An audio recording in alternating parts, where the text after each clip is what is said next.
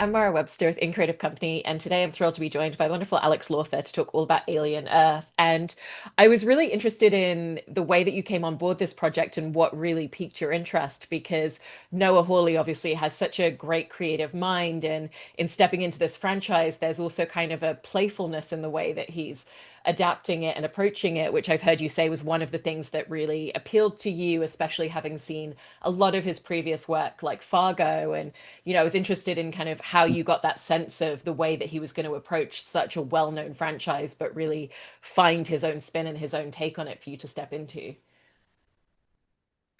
Yeah, it's funny. I think like you end up approaching everything first and foremost as a reader, like the reader of a script that you get sent. And Alien was kind of in my periphery vision. I'd loved the very first film, the 1979 Sigourney Weaver Ridley Scott combo, but it was really Noah's writing and this quite oddly compelling story that he was uh there was a real sort of boldness and a strangeness, and I love strangeness. um and it didn't feel like you had to come to it with any prior sort of lore or like understanding of a certain mythology of that franchise that it was part of. And yet, when I spoke to Noah and first started having conversations with him, he spoke about how he wanted to remain faithful to the like textural world of that very first film. And so loving that film and also being really intrigued by Noah's strange mind. I yeah, I was more and more curious about what it was that he was putting together. And your character goes on such an arc throughout the series, but when we first meet him, he's kind of very stagnant. He's gone through losing his sister, believing that he's lost her. He's also Mm. lost his dad, so he's very isolated and very alone. And when you were developing him as a character, how did you figure out that point about where we're meeting him and where he's at because of all of that?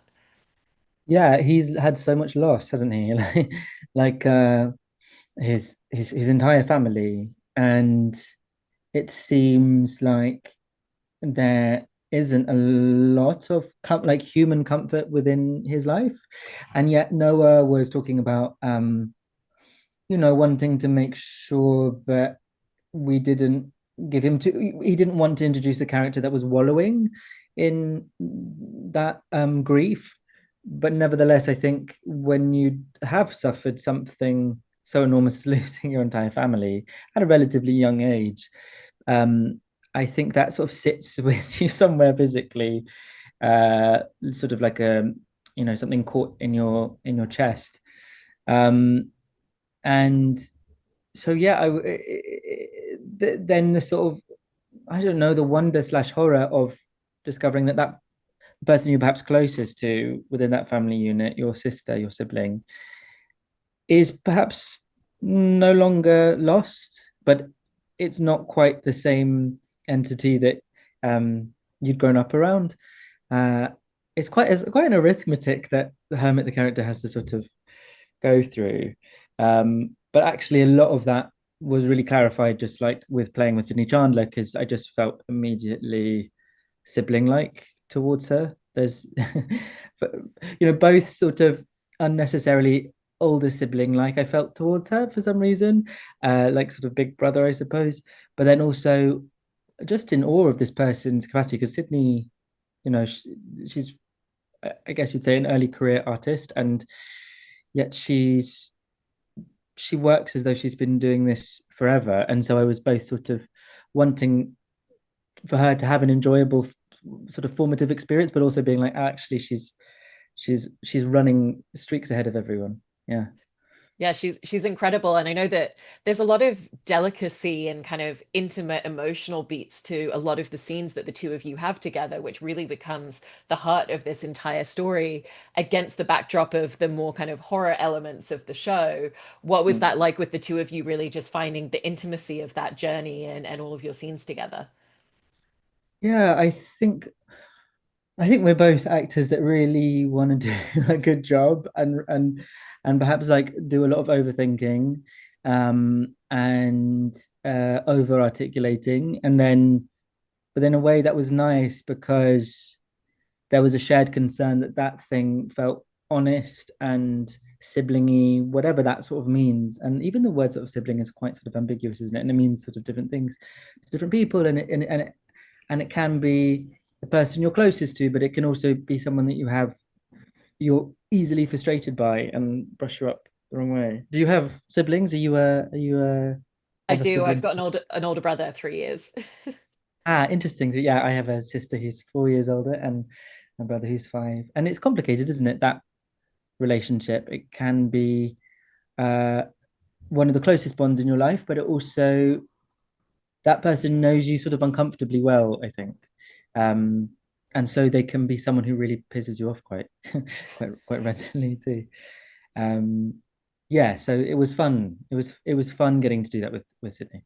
Yeah. And it's interesting the scene where he first realizes, oh, you're telling me that you're my sister. And it felt like the show didn't really play out this long journey of Joe being like, is it not? Do I believe you? Do I not? And because it felt like she gave the answers so readily of the things that he was testing her with, for you, was that 100% resolved to him of this is my sister and I fully believe it? Or did you want him to have any sense of a little bit of lingering doubt or questioning at the beginning? Yeah, I think in terms of story terms, we have to move quite quickly into the next part of the story. So that does become resolved with a sort of it's sort of precipitated quite quickly. Um, but then throughout the episodes, it feels that that there's this sort of testing that's going on between both of them as to are you who you say you are? Are you my sister? Are you really a human being? How recognizable are you from the infant that I thought had been lost? I also, I also reckon that he's by that point when he meets his sis, having thought that she died years ago, a few years ago, he's had such a bad day in particular, like on that in that crash site, and he's been he's been aggressed by a xenomorph multiple times. He's sort of having the worst imaginable day.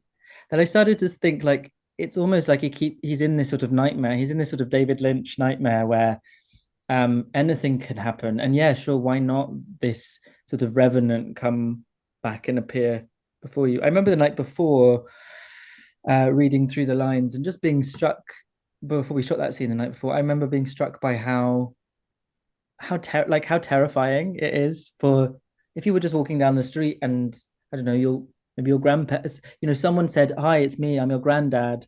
I'm alive." Uh, there's both a sort of wish fulfillment because you want that person to be who they say they are, but it's also quite there's sort of a violentness to like what am I supposed to like? Are you fucking with me? Like what it?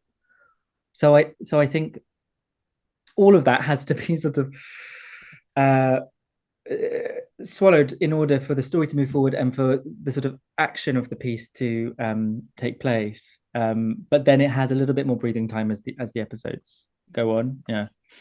And there's something so clever in the fact that Wendy saves him from the xenomorph very early on in the plot of them coming back together and getting to know each other again, because it completely upends everything that you were just describing of the sibling dynamic. Because the last time he saw her, she was much younger than him and she was incredibly sick, and he had to be so careful and so protective. And for you, kind of, how did that really change and give a lot of interesting light to the sibling dynamic of, wait, now you're in this adult body and you're actually the one physically saving me from this? Yeah, so he has to sort of work out like because he's a carer, he's a medic, he's an older sibling, he's spent and an older sibling by about 10 years. So he spent most of his life taking care and being quite good at it, I think. Being quite good at the medic doctor thing and being quite good at where he finds himself within the decision in the family. So now that someone who he was caring for is physically much stronger and braver and has supposedly eternal life, um, where does like what's his role anymore? But then he finds himself, I guess, within this community as we find as he then gets whisked off to Neverland and with the others, where there's the parents aren't there. There's no one, there's no parental, there's no one really caring for. I sort of thought about it as like no one's caring for their souls. There's the doctors, there's the scientists looking after their physical hardwiring. There's Boy Cavalier who's looking after sort of the financial prospects of these, adult children, but nobody is really looking after whatever is left over. If I may indulge myself, I was listening a lot to Anony. She'd just come out. I don't know if you know the musician Anony. She's an Yeah, yeah, yeah. amazing um, British American musician, and she had just released her album "Your Back." My back is a bridge for you to walk across, and she was giving interviews related to it. And she gave this one extraordinary interview where, and I'm going to misquote her, but she spoke about how like the the dichotomy of like dark and light, for example, is a false one, and that like in the universe there is only darkness and light exists within the dark, and so they're not separate things. One exists very much inside the other, and she used that example in terms of that there is only uh, femaleness, there is only woman, and inside that exists this arbitration, which is man or maleness. And uh, I thought that was quite extraordinary, and that like we're all mother, but inside that are some mother fathers and some mother mothers, and and yet we're all essentially there is no binary that exists. One exists within inside the other, and the maleness exists inside the femaleness. And I thought that was really I had that in my mind when we were shooting because it seems like these children are missing a mum. Basically, they've got these sort of terrible fathers. They've got Boy Cavalier, or Kirsch's character played by Timothy, or the slightly useless David's character as one of the other scientists, but nobody's really giving no one is there as their mother, and these kids are missing that. And I sort of thought that maybe Hermit is there as their mum. I thought of he's slowly, because he's quite comfortable with the Lost Boys. He's quite comfortable in their company, and although he maybe not wouldn't be able to articulate it like that, I sort of thought that that was what he was really worried about, that these children didn't have any mothers. In the sort of quite incidentally sort of Peter Pan kind of way, that these lost boys are led by Peter Pan, but really what they need is a mum, and that particular type of primary care. Yeah. And even just the way that he questions everything that they're doing, there's a cynicism to it, but it's a necessary cynicism to ask those sorts of questions. And Yeah. in a way, he's almost the facet of the audience's questions about what is all of this and what are your plans and all of that sort of thing. And what was that like for you in terms of getting to allow him to really question authority in that way? Because where it's coming from again is that place of I just want to protect my sister and my family. Noah did have a worry. I think at one point he was like, sometimes when you have a character who is saying no to everything, you sort of end up not liking that character, because even if what the other characters are suggesting is bad or immoral or whatever, you sort of want to, there's a curiosity as a spectator, you want to know what happens. Like if he's always saying to his sister, don't communicate with the alien, the audience is like, well, it would be kind of cool to see what happens if she's able to do you know what I mean? And so we had to find a way around that he wasn't always just stopping the action.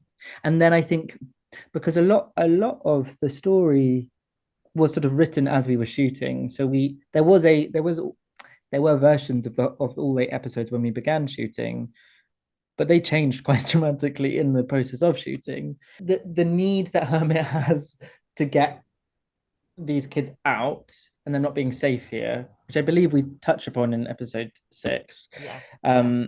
that I think was born out of desire that Hermit wasn't necessarily just a nomad. Like he wasn't just there as an obstacle to the action. He had to be offering in story terms something else. It was very interesting. I found the project really interesting in terms of like seeing a story be developed in real time based on sort of realizations or what one actor was offering. Therefore, the story later episodes could shift to reflect that. It was sort of like quite a movable feast, which was yeah interesting from like understanding how narrative gets made sort of position. It is, and you were just bringing up the facet of the story as well, of the fact that Wendy starts being able to communicate with the aliens, and Yeah, we really see how your character, for him, it's these are predators and we're just food to them. And she kind of really sees them as, I think there's something really interesting about them and they're yeah, misunderstood. And she really wants to get to the heart of understanding more of that. And yeah. through her being able to communicate with them, how did you find that Joe's perception and understanding also starts to shift and change a little bit? Yeah, I was as Alex, I was sort of on her side. I was like, that that means something. That mean especially as in the lore of xenomorphs, they've been discussed as these killing machines, that they don't have a thought process other than destroy. I thought the idea that they have language and are able to communicate was quite chilling because it meant that we were wrong in terms of how we treated this species. That actually there's a depth to them, which makes them sort of frighteningly more human in some ways in terms of like what we say is human in terms of like sentience or language or whatever, and so then maybe they're capable of actually more complex thought than just killing. But anyway, I remember saying that to Noah, and he was like, "Yeah, but they just want to kill you," and I was like, "Okay, yeah, sorry for Joe, that's less helpful." But myself as a person, I was sort of fascinated by that development, like morally. But anyway, yeah, I suppose Joe is always sort of in this tug of war with trying to be close to his sister, but but also trying to look after her, but actually learning for himself what looking after now means. And I think that was the same question with her being able to communicate with this species was that um she there's some things that children have to learn on their own, uh and also he might be wrong. I suppose he starts to learn, and I don't know whether he ends up convinced how right or wrong this was, but he starts to learn that maybe that she might know better than him. I suppose where we leave, yeah, we'll see where it gets to in the later episodes, the very last one in particular. But I think he has to start to reframe who knows best all the time. And sometimes he gets that wrong, I think. And you were bringing up, obviously, so much of it is trying to understand his sister in so many ways. And one of the scenes that I loved between them is when he gets to step inside of her bedroom and Mm, kind of there's the technological side where she's like, yeah, like this is my bed, but I don't really sleep in it because I just recharge. It's not about sleeping in the same way that humans do anymore. But then her yeah. room is also filled with all these stuffed toys, which harkens back to the childhood self. And was that helpful for you as well, just in terms of like, yes, he's understanding this new, different version of her, but he's also in this moment seeing the child inside of her does still exist to a degree because that's the reason that she's surrounding herself with all these toys because it's still there. Yeah. I suppose it's something that like I don't know, I'm not a parent. My sister has a baby and the baby's very small, but maybe one day you're used to this thing that this sort of limpet that has to breastfeed and like cannot go an hour without you. Um, and parents have to sort of grow up as well, don't they, with the kids? They have to sort of they're always having to sort of reevaluate what it is what that child needs, and as they go into sort of teenagehood and independence and rebellion and finding themselves. So I think there's something of a metaphor there of like Wendy slash Marcy, her having some of the vestiges of her infancy, of her childhood, her growing up really quickly, and that being kind of haunting in some ways because it's uncanny, right? You're like looking at that person. There's an amazing writer, Maggie Nelson, who wrote a book called on freedom. And one of the things is like she looks at her son, I believe, or her child, and she talks about this thick time, this sort of experience of thick time. I don't know if you've read that book, Mara. I haven't, no. It's she's brilliant. Actually, her brain is so complex that it took me a long time to sort of to get to the end, basically. But there's one bit about looking at her child and being able to see him as a baby as well as him as how he is now, like 13 years old, and those things you're able to see in the same second, and it's quite vertiginous, like it's quite vertigo making, because you that person is who that person is at 13 or 30 years old, but to you you also have experience of them as a baby who needed immense care. um and it's disorientating, I think, and kind of I don't know what that's like, but do you have children? Do you are you No, but my brother has two kids. right. I wonder what he how I wonder how he feels about them growing up, because I imagine, as wonderful as it is, it's also sort of like there's something quite creepy about that Yeah. child growing up to um yeah, that they're becoming an individual in ways that you can imagine. And I guess that's what's happening with Wendy, but in the metaphor of a sci-fi. Yeah, no, it's so interesting to think about all of those things. And Noah's so brilliant with the writing and being able to kind of create all these conversations through a show like this as well. He's clever, isn't he? Because he's doing it, he never sort of he's quite light of touch, and I mean that in the best way possible, that he like the dialogue is quite elegant and quite bounces like the dialogue bounces between characters quite easily. There aren't too many sort of like long overbearing monologues, or so there's a sort of lightness to, but lots is discussed within um you know quite in terms of the rhythm of the dialogue is it's sort of quite light and fast moving, and a lot of ground gets covered in a relatively short space of time, although it is 8 hours of TV. And even just the fact that you have this physical horror that we see on screen with all of these alien forms, but at the same time, it's almost like the bigger horror is all of the bigger esoteric conversations and questions about humanity. And was that something that you kind of really found when you were first reading the scripts and looking at taking on this role about just that that's actually kind of the real horror of the show almost? Yeah, I remember in the first, so I auditioned and then eventually had a cup of tea with Noah. I think he just wanted to, make sure I wasn't a crazy person and meet me in real life.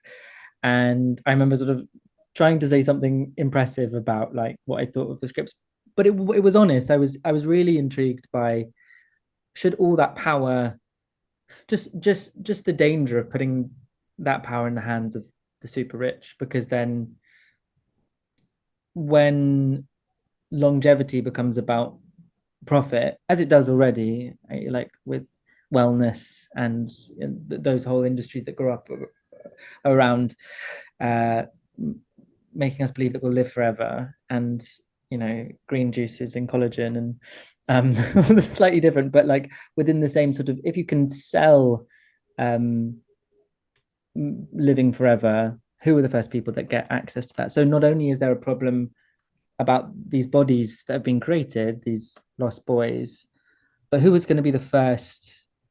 And I wonder if that will, should there be a world and there's a second season, it'd be interesting to actually meet someone who's going to buy one of these, because that's the point, right? You buy the experience of being able to live forever, and if it's in the hands of the super rich, I don't think that bodes well. They don't have a good track record for, they can do so much harm in 70 years. What could they do in 7,000 years?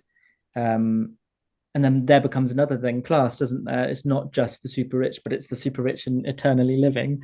It's these vampires, I suppose, that yeah, I mean, Noah's tapping in, like, it actually, now I'm thinking about it, into a lot of like quite old school horror. I mean, there's something, it's almost Dracula about it if you spend too long thinking about it, like I seem to have.